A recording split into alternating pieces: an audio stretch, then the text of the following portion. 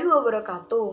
Perkenalkan, nama saya Mela Putri Purnamasari dari Program Studi D3 Kepedayaan Negara jurusan Manajemen Keuangan Politeknik Keuangan Negara STAN. Di sini saya akan menjelaskan mengenai apa itu firma.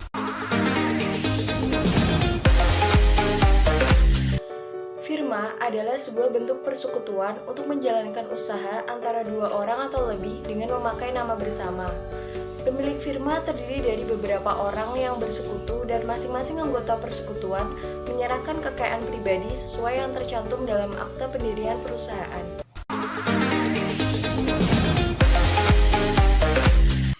Proses pendirian firma.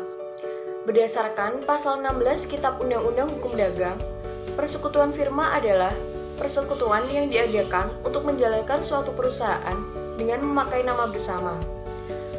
Persekutuan firma merupakan bagian dari persekutuan perdata.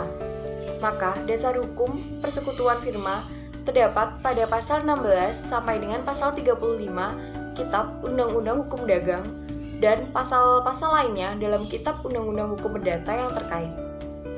Dalam pasal 22 KUH Dagang disebutkan bahwa persekutuan firma harus didirikan dengan akta otentik tanpa adanya kemungkinan untuk disangkalkan kepada pihak ketiga bila akta itu tidak ada. Pasal 23 KUH Dagang dan pasal 28 KUH Dagang menyebutkan setelah akta pendirian dibuat, maka harus didaftarkan di Kepaniteraan Pengadilan Negeri di mana firma tersebut berkedudukan dan kemudian akta pendirian tersebut harus diumumkan dalam Berita Negara Republik Indonesia. Selama akta pendirian belum didaftarkan dan diumumkan, maka pihak ketiga menganggap firma sebagai persekutuan umum yang menjalankan segala macam usaha. Didirikan untuk jangka waktu yang tidak terbatas, serta semua sekutu berwenang menandatangani berbagai surat untuk firma ini, sebagaimana dimaksud di dalam pasal 29 KUH Dagang. Isi ikhtisar resmi akta pendirian firma dapat dilihat di pasal 26 KUH Dagang yang harus memuat sebagai berikut. 1. Nama kecil, pekerjaan, dan tempat tinggal para sekutu firma. 2. Pernyataan firmanya dengan menunjukkan apakah persekutuan itu umum ataukah terbatas pada suatu cabang khusus perusahaan tertentu, dan dalam hal terakhir dengan menunjukkan cabang khusus itu. 3. Penunjukan para sekutu yang tidak diperkenankan bertanda tangan atas nama firma. 4. Saat mulai berlakunya persekutuan dan saat berakhirnya. 5. Pada umumnya, bagian-bagian dari perjanjiannya yang harus dipakai untuk menentukan hak-hak pihak ketiga terhadap para sekutu. Pada umumnya, persekutuan firma disebut juga sebagai perusahaan yang tidak berbadan hukum, karena firma telah memenuhi syarat atau unsur material. Namun, syarat atau unsur formalnya berupa pengesahan atau pengakuan dari negara berupa peraturan perundang-undangan belum ada.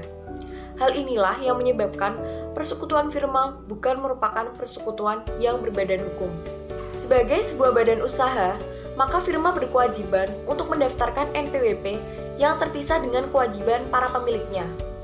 Keuntungan usaha merupakan penghasilannya firma yang akan dikenai pajak dan dilaporkan oleh firma sebagai wajib pajak. Sedangkan penghasilan seorang investor dari penanaman modal di firma adalah penghasilan berupa pembagian laba. Jika seorang investor juga aktif menjalankan usaha, investor dapat saja menerima tambahan penghasilan lain berupa gaji dan tunjangan-tunjangan lainnya.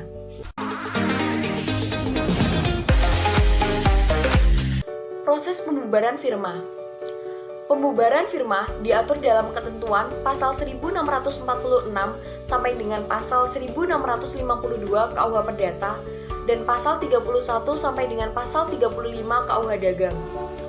Pasal 1646 KUH Perdata menyebutkan bahwa ada 5 hal yang menyebabkan firma berakhir, yaitu 1. Jangka waktu firma telah berakhir sesuai yang telah ditentukan dalam akta pendirian.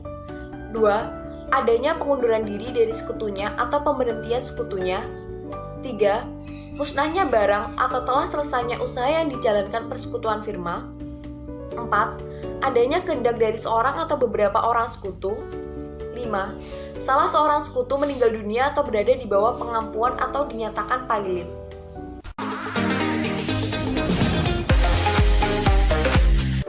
Mengenai sekutu, dalam persekutuan firma hanya terdapat satu macam sekutu, yaitu sekutu komplementer. Sekutu komplementer menjalankan perusahaan dan mengadakan hubungan hukum dengan pihak ketiga sehingga bertanggung jawab pribadi untuk keseluruhan. Pasal 17 KUH Dagang menyebutkan bahwa dalam anggaran dasar harus ditegaskan apakah di antara persekutu ada yang tidak diperkenankan bertindak keluar untuk mengadakan hubungan hukum dengan pihak ketiga. Meskipun sekutu kerja tersebut dikeluarkan wewenangnya atau tidak diberi wewenang untuk mengadakan hubungan hukum dengan pihak ketiga, namun hal ini tidak menghilangkan sifat tanggung jawab pribadi untuk keseluruhan, sebagaimana diatur dalam pasal 18 KUH Dagang.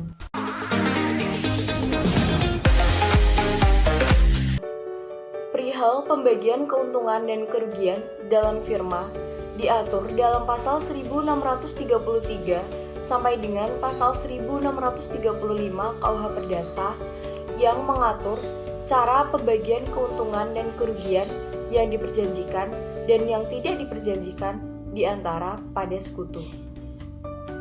Dalam hal cara pembagian keuntungan dan kerugian diperjanjikan oleh sekutu, sebaiknya pembagian tersebut diatur di dalam perjanjian pendirian persekutuan. Dengan batasan ketentuan tersebut, tidak boleh memberikan seluruh keuntungan hanya kepada salah seorang sekutu saja dan boleh diperjanjikan jika seluruh kerugian hanya ditanggung oleh salah satu sekutu saja. Penetapan pembagian keuntungan oleh pihak ketiga tidak dibolehkan. Apabila cara pembagian keuntungan dan kerugian tidak diperjanjikan, maka pembagian didasarkan pada perimbangan pemasukan secara adil dan seimbang, dan sekutu yang memasukkan berupa tenaga kerja hanya dipersamakan dengan sekutu yang memasukkan uang atau benda yang paling sedikit. Ciri-ciri firma. Yang pertama, sekutu aktif dalam mengelola perusahaan. 2. Tanggung jawab tanpa batas untuk semua resiko yang terjadi.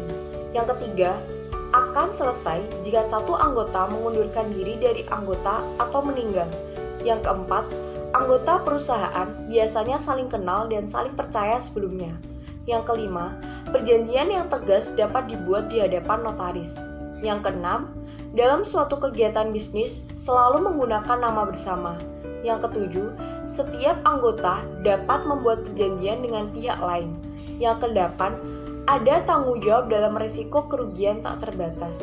Yang kesembilan, jika ada hutang yang belum dibayar, setiap pemilik wajib melunasi dengan aset pribadi. Yang kesepuluh, setiap anggota perusahaan memiliki hak untuk menjadi pemimpin. Yang kesebelas, seorang anggota tidak memiliki hak untuk memasukkan anggota baru tanpa izin dari anggota lainnya. Yang kedua belas, keanggotaan perusahaan sangat melekat dan berlaku seumur hidup. Yang ketiga belas, seorang anggota memiliki hak untuk membubarkan perusahaan. Dan yang keempat belas, mudah mendapatkan kredit bisnis.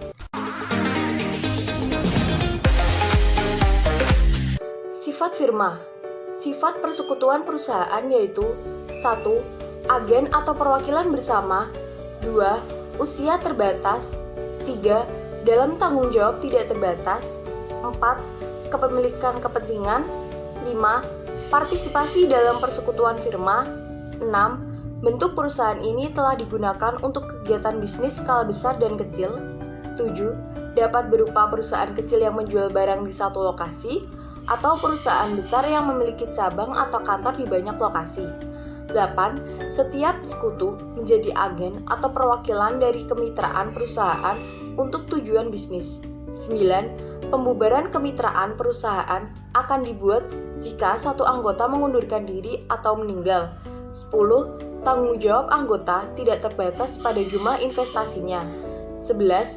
Properti yang diinvestasikan dalam kemitraan perusahaan tidak lagi dimiliki secara terpisah oleh masing-masing sekutu. Dan 12. Setiap sekutu memiliki hak untuk mendapatkan bagi hasil dari kemitraan perusahaan. Kelebihan firma. Yang pertama, pemimpin di perusahaan dapat dibagi sesuai dengan keahliannya masing-masing. Yang kedua, kesinambungan badan usaha terjamin. Yang ketiga, pinjaman untuk modal lebih mudah diperoleh. Yang keempat, modal firma lebih besar daripada bisnis individu. Kelemahan firma. Yang pertama, sulit membuat keputusan karena perbedaan pendapat dari kedua pemimpin. Yang kedua, kesalahan dalam anggota harus dibagikan. Yang ketiga, tidak ada pemisahan properti antara hak kepemilikan dengan perusahaan. Dan yang keempat, jika Anda bangkrut, aset pribadi Anda akan diasuransikan. Terima kasih atas perhatiannya. Mohon maaf bila terdapat banyak kesalahan. Stay home, stay healthy, dan stay positive.